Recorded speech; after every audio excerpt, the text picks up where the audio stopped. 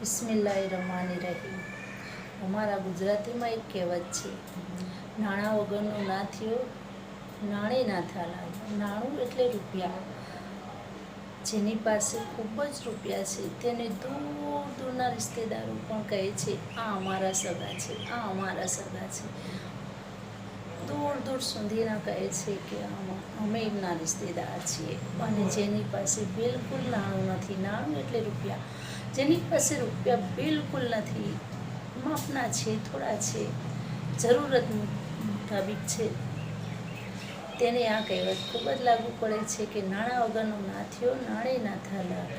જેની પાસે રૂપિયા હશે તેને લોકો દૂર દૂર સુધીના રિશ્તેદારો પણ પોતાના કહેશે, અને જેની પાસે રૂપિયા નથી તેને પોતાના નજીકના પણ રિશ્તેદારો ઓળખવાથી મોં ફેરવી લેશે. આ કહેવત તો આપણે લોકોએ બચપન